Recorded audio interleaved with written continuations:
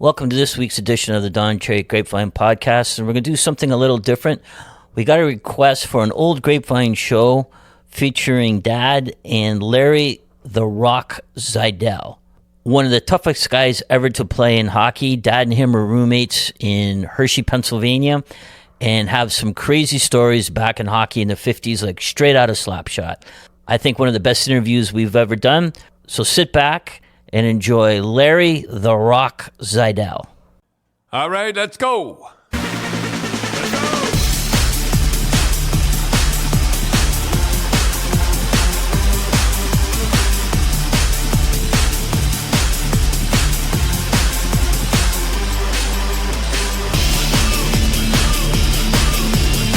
All right. What are we going to do today? Well, Dad, we've got a lot of questions from fans, and a lot of the questions people are asking are about Larry Zajdel. The Rock. The Rock.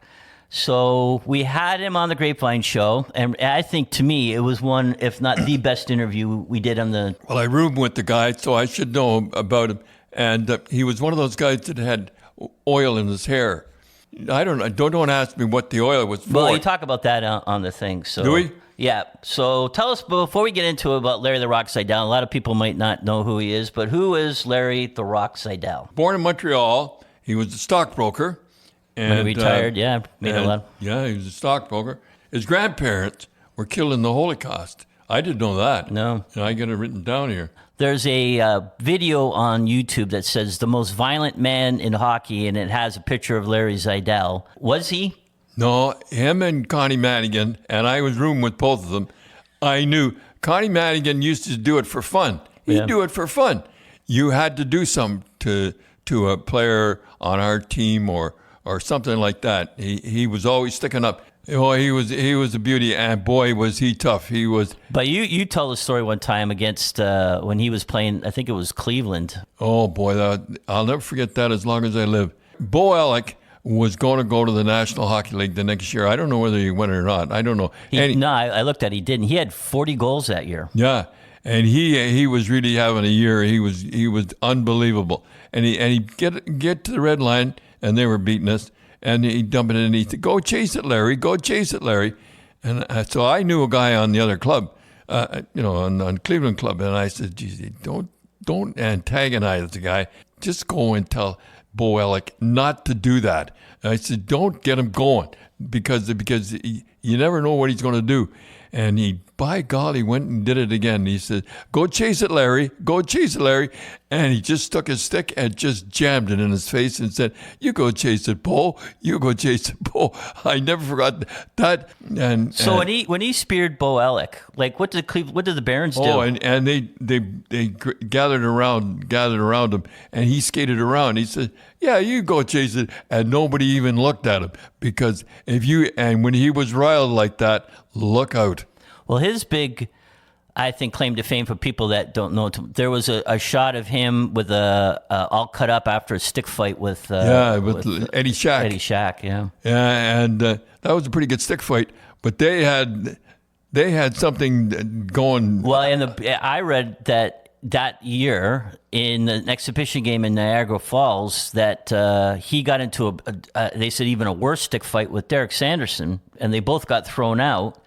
And Sanderson, they're in their street clothes, right? And Larry Zajdel went after him and got into a big fight in the stands, and they got him and arrested him, and they had to spend the night in jail, and the whole thing was just like Slapshot. I'll tell you, Dad. Just like Slapshot. You ever did that? Imagine you did that today. Oh, jeez. You've sure had some dandy roommates, Dad. I mean, why I is had it? all the roommates that were nuts.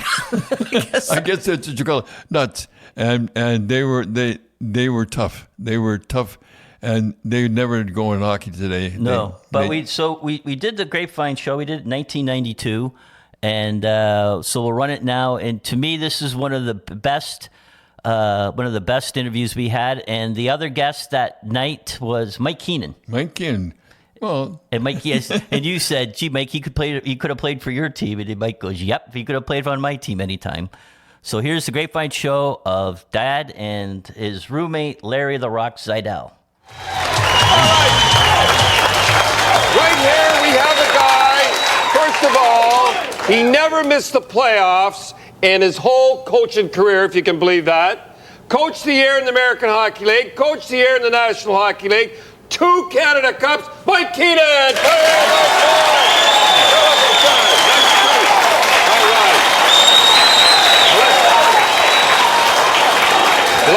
I knew we had to try it. We're never going to accommodate the fashion expert that you are, but the fashion plate with the Chicago Blackhawk colors, we like it.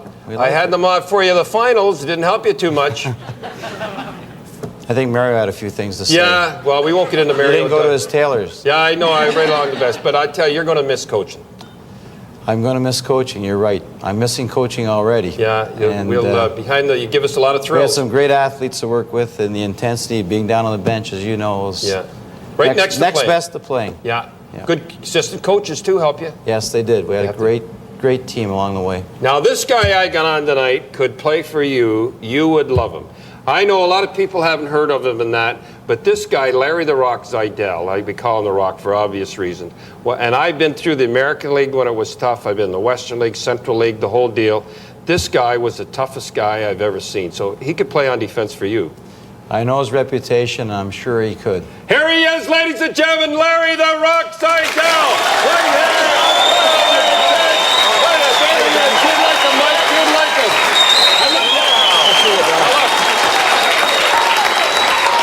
Did you ever think when we were in Cleveland and in those ramshackle places, here we are on television. Did you ever think? Never thought it would happen, Don. Here we are, eh? Huh? You just got to hang in there, Don. Keep going. Yeah. What were you making in Hershey? What was I making? Well, I thought I was a national leaguer because I'd played for the Detroit Red Wings, so I used to say to Baz I want an NHL contract, so I asked for $7,000, you know. $7,000? Yeah. I played for $3,000. Nice going. Yeah, I read your book. Yeah. Yeah, I read your book where you played for $3,000. Hey, listen now, 52, you were with Detroit. 51-52, I was on that Stanley Cup team, with Detroit. Not bad, eh? Did you get a ring? Did they give you a ring? They gave us plates. I got the plate, Didn't give you a ring? Well, they kept low budget back then. A nice plate from Burke's Jewelers. No budget. Tough to eat spaghetti off of, though, right? Yeah. No ring. And Chicago, went to Chicago. Chicago, that's right. 54. You went to Hershey, right? Yeah. You held out. Why did you hold out? Why did I hold out? Well, I had a great year. 51-52, Stanley Cup. Next year with Detroit, we got off to a bad start. They shipped me out to Edmonton. Yeah. Who did you out to Edmonton? Okay, and I even held out going to Edmonton. Yeah. There. And I had a great year out in Edmonton. Well, Johnny Busick, Glenn Hall, I'm doing a little name dropping. Good, Normie Ullman and all that, and I made the All-Star team. They call it the Dream Team in the papers. Shouldn't read your press clippings, Yeah.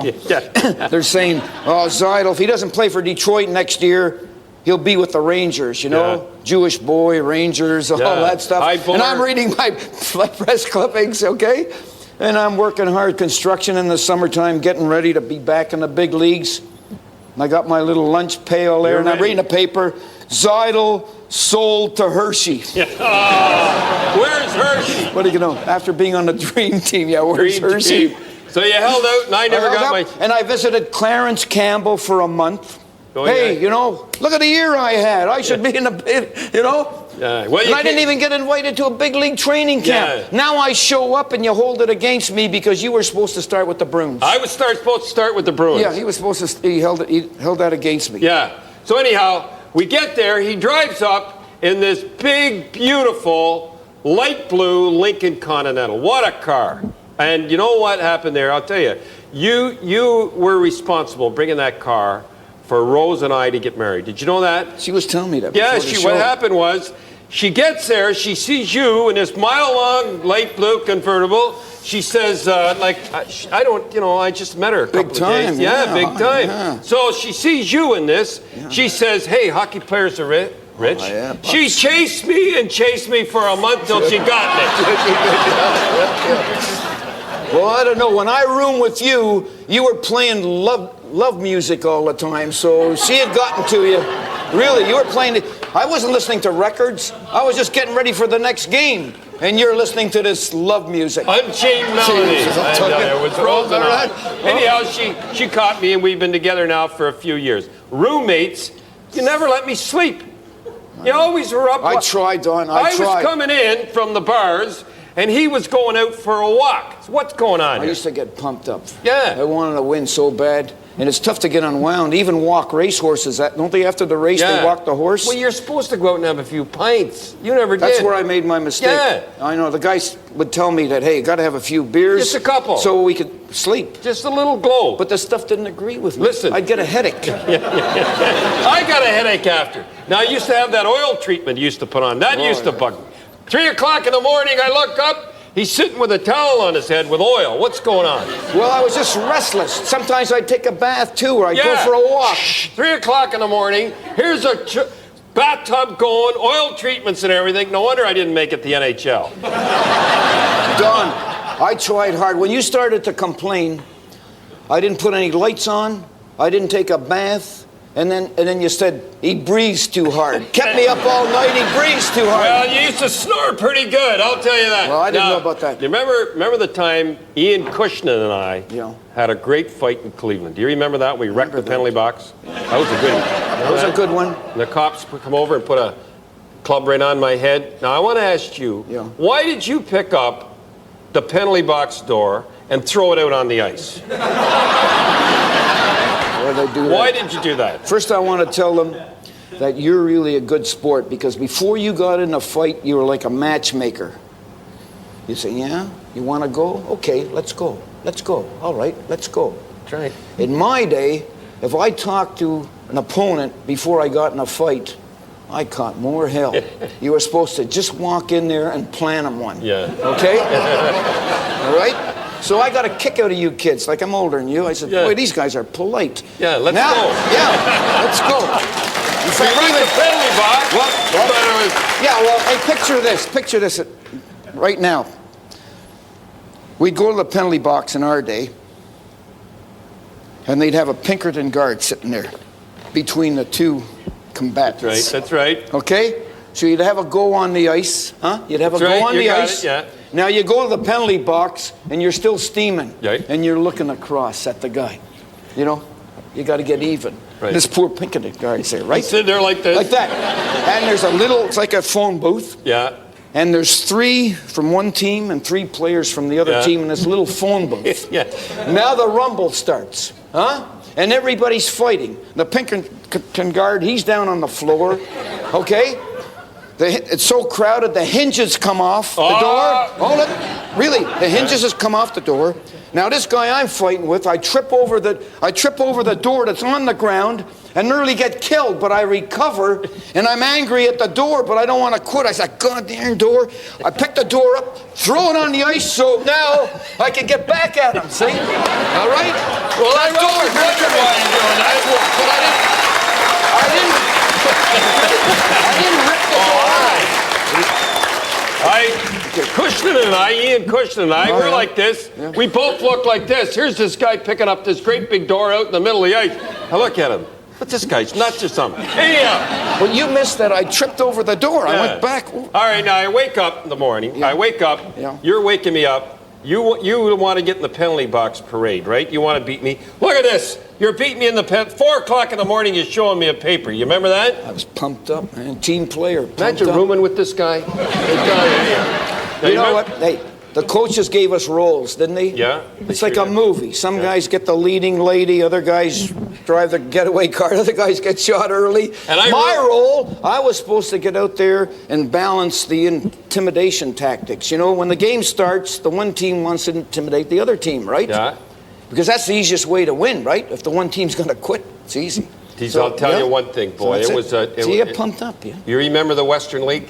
Oh, yeah, I remember You that, played there? Oh, yeah. Do you remember Jack Evans? Oh, yeah. Now, let me tell you, folks, what happened.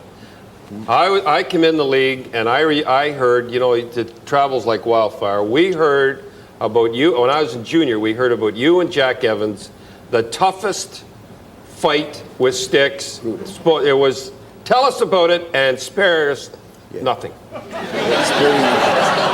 Well, Don, I got to avoid too much verbiage, but, you know, we all fell in love with the game, either listening to Foster Hewlett as a kid, keeping a scrapbook. I mean, we were hooked on the game. Yeah. That's why we became hockey players. Now you get invited to training camp. You sign with one of the big league teams, 16, 17 years old. Yep. You go to training camp. you're like a puppy dog. You go to camp. You don't know that the pros are tough, you know, they're men, okay? And they test you. You scrimmage, they give you elbows, they run you, and they they train you to bark tough. And bite, right? Yeah. And they talk about guts. You got to have guts. You got to have heart, right? Okay? So we're out in Edmonton. We got, good teams out there. Again, Glen Hall, Busick, Ullman, Al Arbor was out there. Horvath, Stasiak.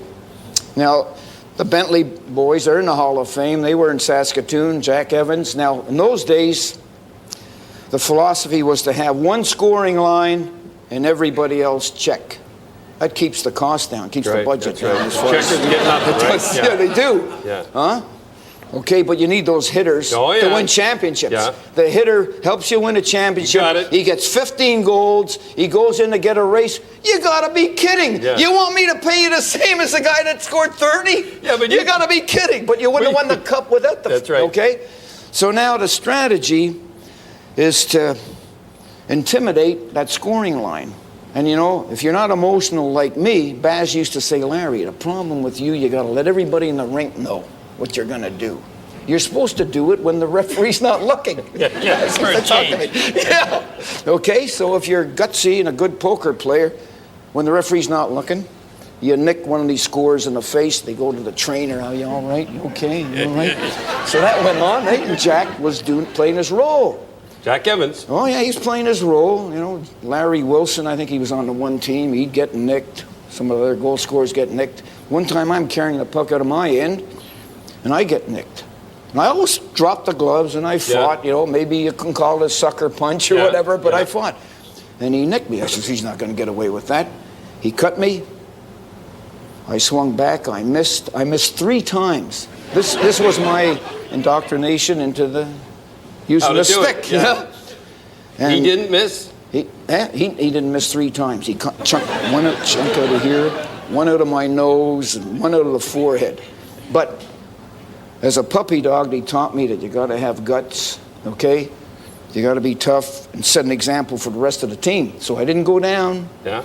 Okay, I didn't go down, okay? I didn't know what I looked like, but I was very emotional. And they were going to throw us both out of the game. In fact, they threw us both out of the game. And the smiler, Jack, I'm frantic. And he hasn't got a scratch on him. Look, he's walking off. They're leading him off the ice. I pick up a broken stick, and I go behind him to part his hair. Yeah. But I eased up a little. I eased up a little now. Eased up a little? Yeah, or I would have killed him, okay? Yeah. Then I go in the dressing room. You couldn't see me for blood. You could have put a quarter in this hole. I said, how are they going to stitch that one up? Oh, my God. Shove a piece of wood in it or something. Yeah, but they taught us you don't fall on the ice and have the trainer come out and look hear at that, Mike? Mike Keenan, I guess so. No, they taught. So, and then I felt strong. I felt good. Ready. And I says, well, after that, if anybody fools with me, if I took all those shots, nobody's fooling with me. They'll get my stick. I mean, he introduced me to the stick. Yeah. Okay? Of course, as a kid growing up, Kenny Reardon was pretty good at... Kenny Reardon, my hero. Now, listen, in 67 after all that, you make a comeback. Now, how did you get the attention of everybody? You were 40 years old. 40 years old, yeah. Well, see, Bud Poyle appreciated what I did for him in Edmonton. I played my role. We won the cup out there 2 years in a row, and it's always fun to win. Yeah. I mean, it hurts to lose. I mean, you better believe it. When you win, it's just beautiful. It's really great. So I helped them win 2 cups out there, okay? And a tough league. So now I'm in with the Cleveland Barons, veteran, but loving the game, okay? So Bud shows up, getting ready for the expansion draft. We go out and have a few beers, and he says, how about scouting for me? So I'm dedicated. I'm on the defense, and I'd write him a report after every game. I'm out on the ice, but I told him to get Dornhofer, and he didn't have big points. No. But he's made the right stuff if you want to win. The old heart. Okay. So now he flies me into Philadelphia, puts me up at the Bellevue in May before the June draft. I give him my opinion. I'll prepare him for the draft.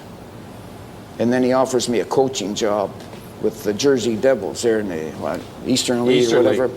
Mike's old league. Yeah. And I said, I was still a hockey junkie, okay? Yeah. I could still play. I want to play, okay? I've been playing against these guys for 10 years, and I know all their moves. So, you know them. Yeah. So I just kept after him to go from Cleveland to and the Flyers. At 40, you come back, well, and you were plus 16. Plus 17, yeah. Plus 17. In fact, I signed my contract. And see, I played with Bud on, out in Edmonton the one year, and then I played for him. He was my partner on defense the one year. So after I signed, I was all excited, and I signed. I say, Bud, these days they give defensemen bonuses. How about throwing a few bonuses in? So he thought about, okay, we'll give you a bonus if you're plus or minus. I never heard of that one, plus or minus. If you finish first and you have the lowest goals against it. And I made the three. Not bad. You helped out Perron a few times too, eh? Well, no question. See, I've been on winners and losers. Bernie Perron. Okay, and on losing teams, right at training camp, you'll be sitting with a few of the guys and, how are we supposed to win with that goalie we have? Look what the lineup the other team has. I mean, that's bad. That hurts, okay? Now, where I felt I helped Bernie, I was a team player, they roomed me with Bernie, and I was old enough to be his father. They did a number on us. This Jack Chevalier did a number on us in the Philadelphia Inquirer before we went to Montreal. We should mail the 2 points. We'll lose 15-0. We got a nerve to be an expansion team, to be on the same ice with Belleville and Henri Richard, all those big stars, Savard. They had a stacked lineup. I think they're all in the Hall of Fame, the whole team, The whole team, yeah. Yeah, they're all in the Hall of Fame. Moore. Okay. So we have our meal, and then we go upstairs, and Bernie couldn't sleep. He's nervous. He's sitting up, two in a room, and he's looking at me, and I'm stressed out. And he says, do you really like hockey? He's talking to me like I'm some kind of nut that I'm still playing, Yeah. Old guy like you. Yeah. You really like it? Oh, Bern, I love it. I just love it, And you see he's a little nervous. You think they'll get many shots tonight? Now you know he's nervous. No, you better believe it. Oh, yeah, you tell. So at least I felt I came through team player. I says, yeah, they'll probably get a lot of shots, but, he says, you think they'll get a lot of shots? There's Belleville. He names their lineup. I says, yeah, but they shoot from way out. They'll be shooting from way out. We'll get a lot of shots. And then I put my tongue in my cheek, and I said, Bernie, remember when we used to say, hey, you got to be out of your head to go in the nets? I says, Bernie, you got the easiest job on the team, okay? You stand there, A, B, C. Cut the angles, okay? They shoot, they hit you, we win. Everybody says, wow, he's got 60 shots. Look at that goaltender, was sensational. He got the easiest shot. I told him he's got an easy job, tongue in cheek. So we go out there. He was sensational. We win 4-1. I mean, an expansion team on the road, 4-1. Rochford gets a hat trick. Bernie's cutting angles. He's sensational, okay? And all year long, Bernie's got a sense of humor. He said, the rock. You know what the problem is? When you're supposed to be in A, you're in B. When you're supposed to be in B, you're in C. That's the problem. Good sport, I'll tell you. We're going over the bar. I tell you, he'd be great. Way to go, Rock. Okay, welcome back. I remember back in Hershey and that, you'd pick up a paper, look in the stock market and say, I just made $500 and put the paper back. Never even paid for the paper. What are you doing now? Guess what? I'm a stockbroker in Philadelphia with Johnny Montgomery Scott, yeah. All right. Geez, you never... Well, what, in sports, they taught us not to quit. I've been through some tough times, but, the guys that went to Harvard and Princeton, they left the business when there's a recession on. Oh, yeah? But I hung in there. You all hung in there, yes, it's 1969. Okay, first of all, I'm going to ask you right off the bat. Yeah. A lot of people interested in this. I love asking this question. I'll ask Mike too. Yeah. Who's the best player you ever saw? Well, I got to go back to my time, my era, okay? And I appreciated Gordie Howe for what he did for the team offensively and defensively. When he didn't have the puck, he was like a tough linebacker, and that helped to win cups. So it was Gordie, eh? I like Gordie for that reason. I mean, you could pick other players. Believe me, Rocket Richard, the guys in Montreal say, well, he came through quite often, to win get that big goal. Yeah, and he lasted a long time. Who's the best you ever saw? I have to stay with my loyalties. A little different era now. Wayne Gretzky helped us win 2 Canada Cups. Great player, has done it over 10 years. Yeah. And just a little bit earlier than that, Bobby Orr from the rear guard. Yeah, Bobby Orr. Well, you know me. You don't have to ask. I know it's Bobby Orr for me all the way. Now, an all-star team. Larry, you pick your all-star team. Start with the goaltender. I'm going to stick with my era. Yeah, okay? Even sure, though I that's saw all right. the Gretzky's and Yeah, and go, all that's those okay. Go goodies, ahead. okay? Well, We got I'm three- going to color a little, and I can't go wrong. There were so many good ones. Yeah. It's almost not fair to pick one to each Yeah. position. Terry Sawchuk. Yeah, I'll go along with him. We got 1 minute now. You got to hurry. Okay, Sawchuk, 4 shutouts in 8 games. I'm going to go along with Doug Harvey for all he do, and maybe I'll throw Red Kelly in. He was on 8 Stanley Cup teams, so he did something right. I always like competitors, so I'll go Gordie Howe. Ted Lindsay, I'm coloring a little. Yeah, I guess so. Hey, maybe I should put my buddy on who I grew up with, Dickie Moore. Okay? Yeah, Dickie Why Moore. not? He won't talk to me if I don't throw him in All there. right, But anyway, Dickie's okay? in there. Who's okay. center? Who you Center? want? Yeah. I got to find a centerman? Yeah. Huh? How about Sid Abel? You've been picking all Detroit now, anyhow. That might you look start bad. out. That might look bad. What about, well, you know, I'll go along, we'll go along with Mel Schmidt. We give a little bit All for right, we'll get okay? Boston there. You got to be quick now. We'll do a little modern era stuff here now. Okay. Grant Fuhr, Raymond Bork, along with, we'll even slip back to Bobby Orr. Gretzky, put Mario on the right wing, and Mark Messier on the left wing. Whoa, even I He's can win creative. with that He's one. creative. I All guess right. so. Put it there, Larry. All Boy. right, good to see Put you. it there, Mike. 2 great times. 2 great times. We're going to get this guy back. Pull them back. Dad, that was a great interview, and I got a question, but first we want to thank our sponsor, NorthstarBets.com. It's a Canadian-owned and one of the best places to play in Canada. They have everything you're looking for: slots, live dealers, live tables, sports books with built-in insight and analysis. And listeners who have an account with spreads.ca, that's their original name, don't have to do anything. Just sign into NorthstarBets.com, and they have an exclusive offer to our listeners. If you sign up now and deposit with the promo Cherry, NorthstarBets.com will match your first bet up to $100, and you get 100 bonus spins on the big whale. And if you get 3 of your suits, you get some big dough. So you guys talked off the bat about you were fighting Ian Cushnan in the penalty box. Oh, yeah. And so Larry Zaidel literally went and ripped the door off the penalty box. He thought I was going to get in misconduct and all that stuff and everything, and he always liked to be the number one guy with penalties. And he says, "You're going to beat me." I didn't know what he was talking about. So he wanted to be the penalty minute He leader. wanted to be the penalty, and he usually was. And he grabbed a penalty box door and ripped it off the hinges. I'm not kidding. And it was thick too. It wasn't just a flimsy door. It was a big, thick. And he threw it on the ice. I never forgot that. And you know, you have to be very careful. And when you get in the penalty box, because the police were always there. The police, I remember the policeman laid a blackjack on my head, just on my forehead, and he said, "Do you have any problems with anybody in this?" I says, "No, sir. No, sir." Well, he for somebody to do that, I mean, he must have been pretty strong. He lifted this door, and it sounds like a Sounds like something in a movie. Yeah, like something in a movie.